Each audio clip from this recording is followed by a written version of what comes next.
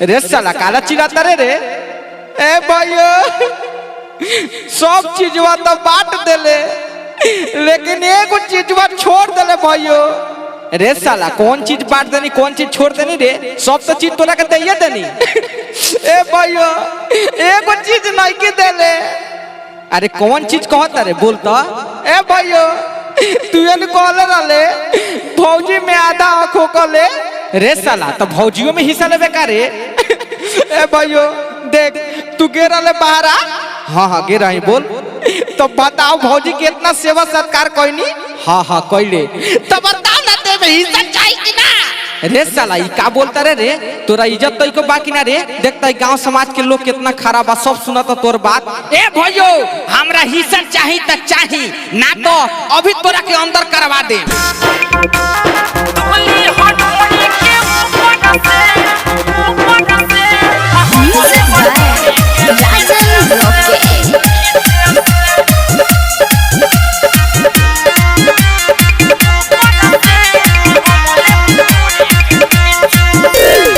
भइल बा भाई तोड़ जवरे में शादी भौजी में हिस्सा चाहिए आधा आधी। रे साला कथि कहत रे साला इज्जत चल गई रे।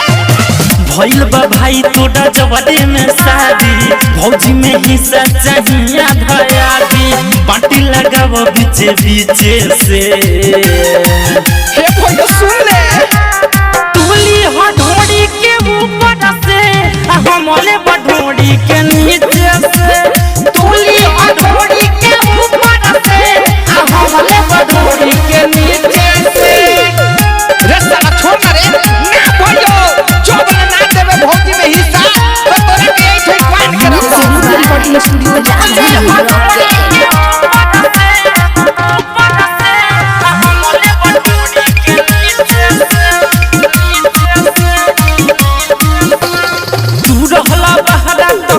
सेवा पानी काहे तू हिस्सा करेला बयानी।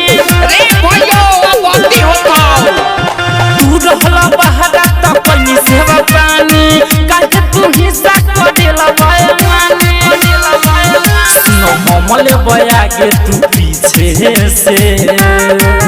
सुन नमन पे करे तुली हथौड़ी के ऊपर से हमले बढोड़ी के नीचे से।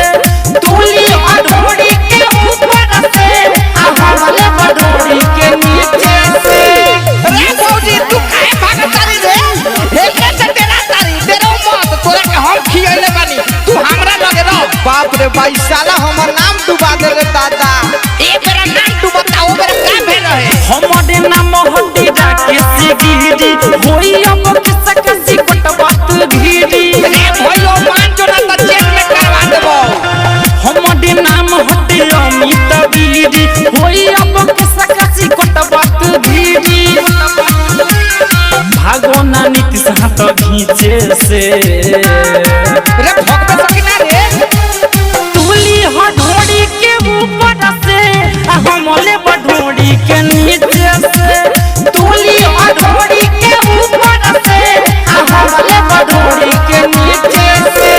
तिलो की रिकॉर्डिंग स्टूडियो छावड़ा।